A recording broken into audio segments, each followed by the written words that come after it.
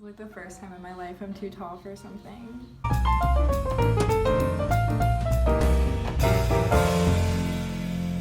Hey y'all, welcome back.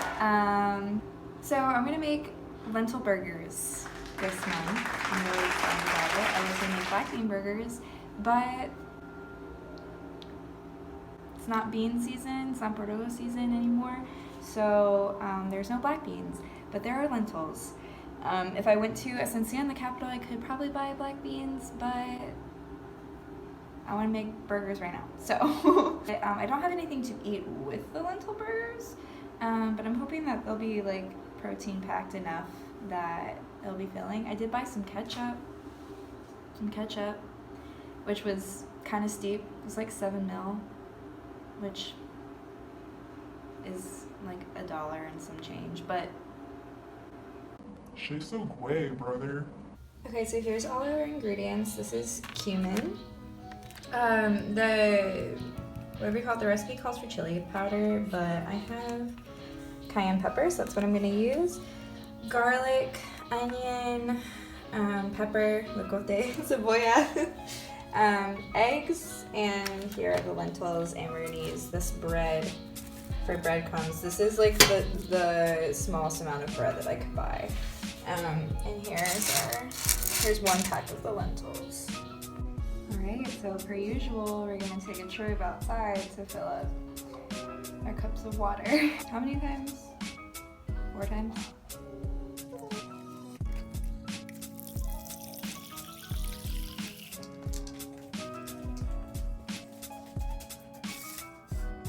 Alright, so the beans are going, and while we're doing that, I'm gonna chop up some of my veggies. So the recipe says to put everything in a food processor,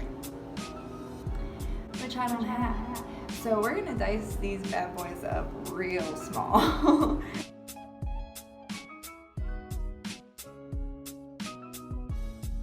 Well, that's kind of fail.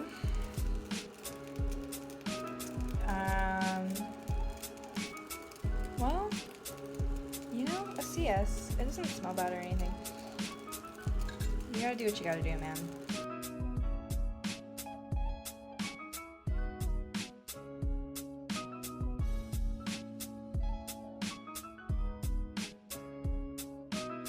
But I actually really kind of suck at cutting vegetables. I don't know if I really ever learned the proper technique. And it only gets worse when it comes to the onions. You see, I almost just cut my freaking finger off.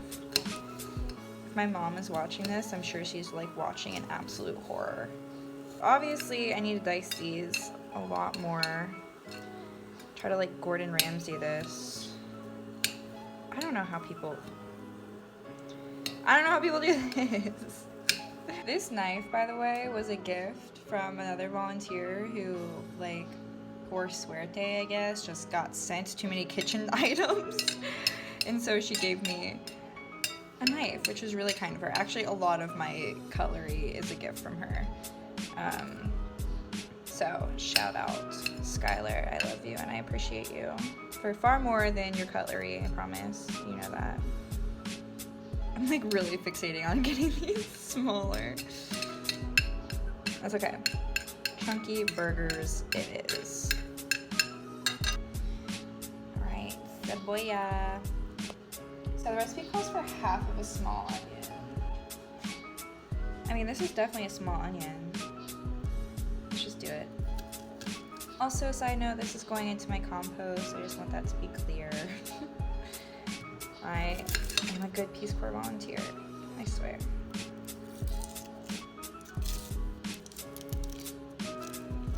Insert Shrek reference here.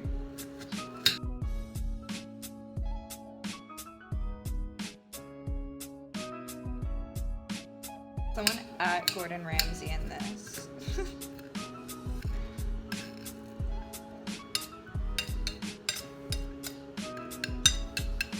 You know what? That'll do, pigs. That'll do. Alright. Now we have the oh wait. I some leftover ajo. So the recipe calls for 4 cloves. So that's what we're gonna do. Dang, okay, after a long and arduous journey of trying to get those garlic, no! Those garlic skins off, we're back in action.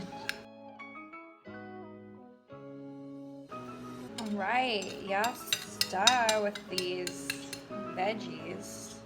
Would put them in a food processor, but I don't have one. And we're just gonna like,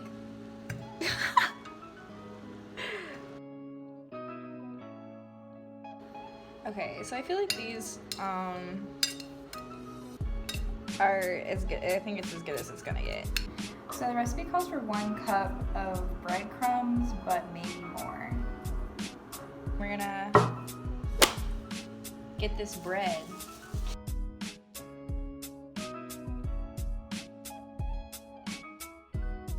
Also, these lentils are smelling so good. All right, so the recipe calls for 3 cups of beans. Okay, well, we've got a lot of beans here. We got bean overload.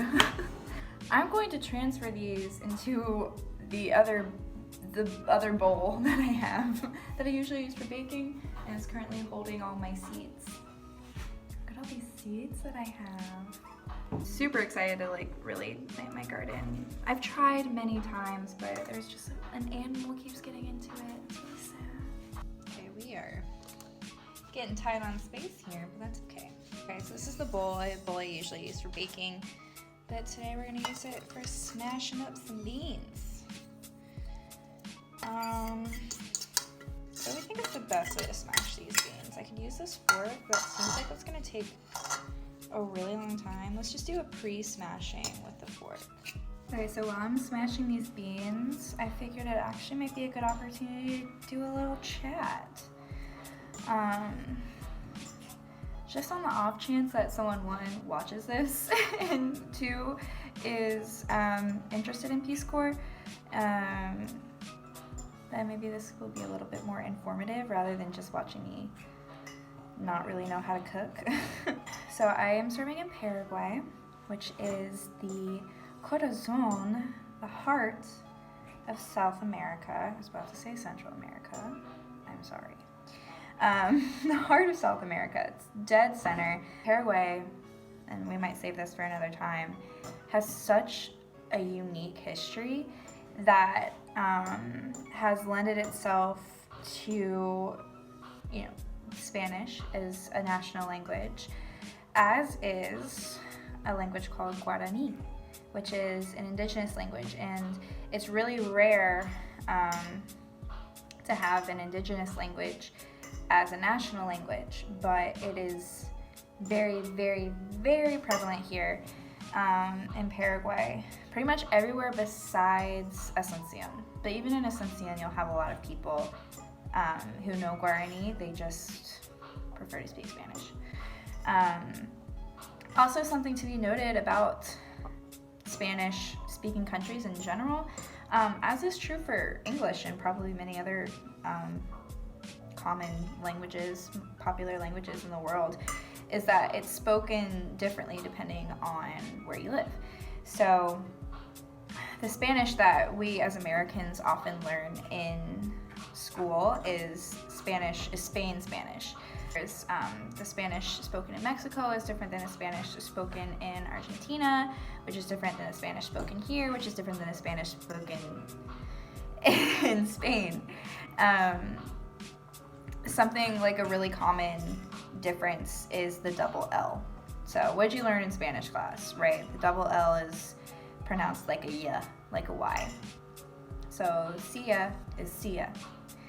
In Argentina, por ejemplo, silla would be silla. Silla. But it's like a sh instead of a y. In Paraguay, you pronounce it like si. I can't even do it. You pronounce it like you would in English, like la. It'd be like, but it wouldn't be like silla. It'd be like sila. I don't even know. My point is like you pronounce it like a double L, like you would in English. So that's just like an example. But other than like just pronunciation differences, like sometimes words change their meanings as well. In Spanish class, I learned that to drink is beber. But here you use tomar, a whole list of meanings that tomar can have depending on context. So that like lends itself to some difficulties in learning a language. I think especially in terms of Spanish, for people who come in with a lot of Spanish, like a native Spanish speaker, or we have somebody in our G who is a Spanish teacher. A lot of people will say like when you come to Paraguay, learning like Paraguayan Spanish is like learning a whole new language. So that on top of the Guarani being the other national language, adds a little flavor, adds a little spice to trying to communicate here. So that's been something that's been really difficult for me, is communication. I feel like I have gotten better, which is huge for me to say because I would never say that. But I think there's a lot of factors that go to it. Like I've studied a lot, but I think a huge factor that not a lot of people think about is, and it's so obvious, but it's like your mental space really affects your ability to speak a foreign language. Also, we're gonna just take a look at these beans real quick. Look at these bad boys. They look pretty mushed. I'm gonna keep mushing with a spatula. But yeah, so like your headspace and your confidence level is gonna be huge in your ability to speak like in the moment. And so like when I first came here, I was so nervous that I felt like I couldn't form a sentence in Spanish, even the most basic Spanish. And then it would be really further disappointing or disheartening, I should say, if I would say something really confidently, something really simple and really, I would say with confidence, but people still wouldn't understand, either because of my accent or because the language that I used is Spanish and means something different or nothing at all in Paraguayan Spanish. So that adds some difficulty. And then again, Guarani, where I live, is, in most places in Paraguay, it's really important to learn Guarani. It's just the preferred language of the people, and so it's super important to learn to speak it, because like that's where your relationships are going to be built, is from speaking Guarani. And to kind of further complicate things, people mostly speak in what's called jopara, which means mixture in Guarani. So it's going to be a mixture of Spanish and Guarani. And so a lot of people will say like almost nobody speaks like Guarani, pure Guarani. Like they learn it in school, but no one really speaks it. They speak jopara. And so to know when to use, when to mix the Spanish in with the Guarani is a further difficulty. But and me coming in with very little Spanish, I took 2 semesters of Spanish my senior year of college. I was really kind of nervous because I knew that I had to speak Guarani to like really form relationships, but I also knew that I needed to be understood in order to feel any kind of confident or incompetent as well. So I just spent a lot of time focusing on Spanish and like studying Guarani here and there. And while I won't say that I can speak Spanish well at all, like if I were to speak with like a fluent like Spanish speaker, it wouldn't go well. I don't know what my dog is doing outside. It wouldn't go like great, I should say. I could hold my own, but it wouldn't go great. But now that I feel like I can kind of like make my way around a little bit more, I've been focusing more on Guarani, and I've noticed such a difference in how like it's just really nice to see like how happy it makes people to see somebody like trying to learn their language to be able to communicate with them in the way that they prefer to. All right, these beans are mashed, man. They're freaking ready. So the next step after I've mashed my beans is to add my pulsated vegetable mix, and I'm gonna mix it with my hands until it's well combined. Look how mashed these beans are, y'all. It's pretty mashed. All right, adding my vegetable mix. Oh my God, this smells so good. Rinse, all right. Does that seem well combined? I think so. All right, so after that, we're gonna add our spices, our cumin and our cayenne, and the breadcrumb. And it says 1.5 eggs. I'm not really sure how one's supposed to add half of an egg.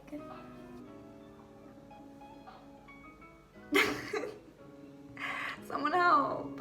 All right, so it says add a tablespoon of spice. So you know what that means. Spoon.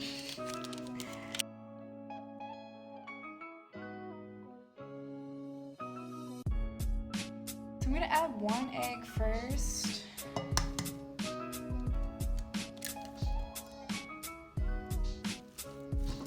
Okay, I definitely think we're gonna need, I'm gonna ball out and just do 2 eggs because this seems really dry and we're about to add the breadcrumbs, so yeah, let's just, this is an experiment, y'all.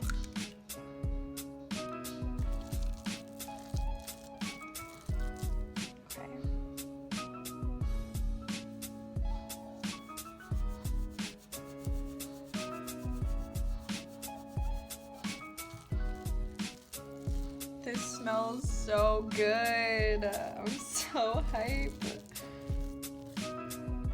Just finished mixing up all the breadcrumbs in here. It's looking pretty burgery. And I also greased the pan. This pan was really expensive. Again, it was like $5, but I get paid like $7 a day or something, so that was expensive, okay?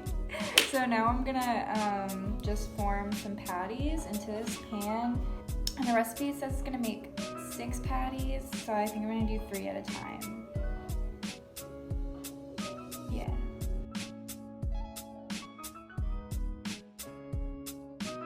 Looks kind of gross.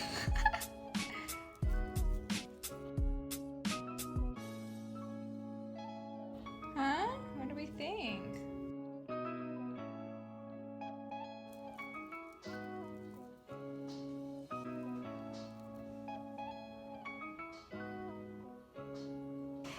But I have no idea what temperature to do it at, but it said to do it for 10 minutes, so obviously I'm not in the States and everything is in Celsius, so I really generally just ballpark.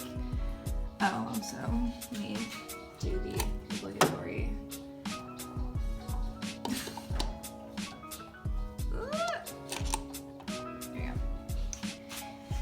So, I don't know, let's do like 170. That seems like a lot, but whatever. It's like a microwave. Are you hungry too? Well, you can't have any. You can't. Nope.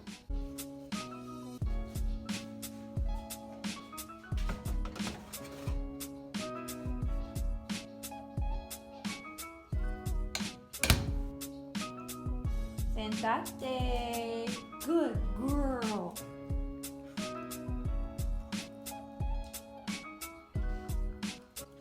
Okay, so while the burgers were, while half of the burgers were baking, I just did a little bit of cleanup. I washed my dishes and I took the little compost pile out to the compost, which let me show you what that is. So I know there's probably something not great about putting your compost in plastic,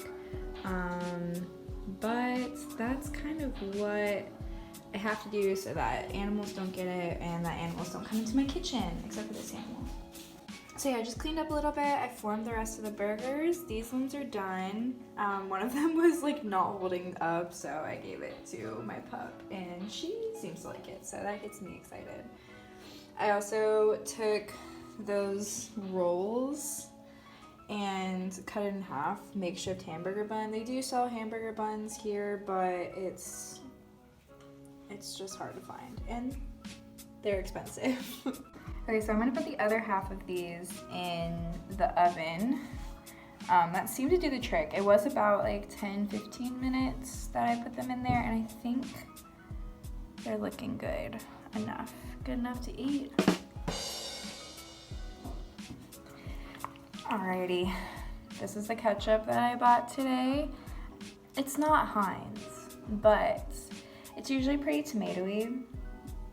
But I'm down to try it, you know. So a lot of the stuff here comes from Brazil.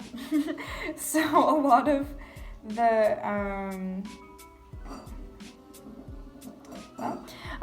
the food items, their containers are in Portuguese.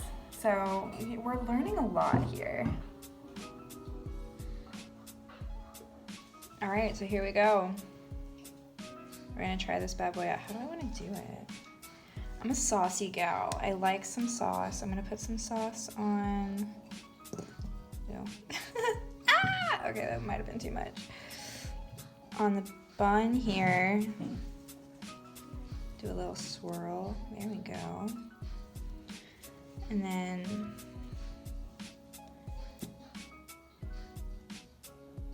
let me just use my artistic talents.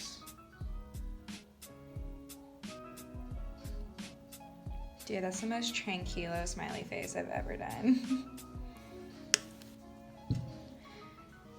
If I were SpongeBob, I would like read it a story and tuck it in with some cheese. Oh, dude, Falta pickles, that would be so good. But we're just gonna do this for now.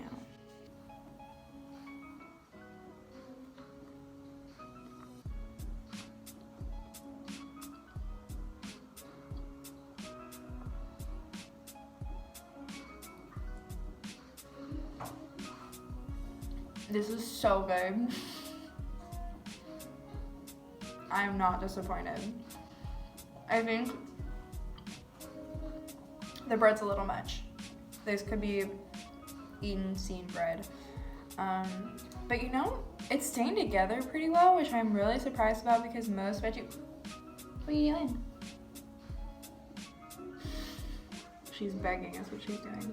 Most veggie burgers like really just fall apart. This is a good burger, guys. Welcome to Good Burger, home of the Good Burger. Can I take your order? Y'all, I'm a happy camper. You're not getting any more. No. I said no. You're a good pup though. I love you. I did you.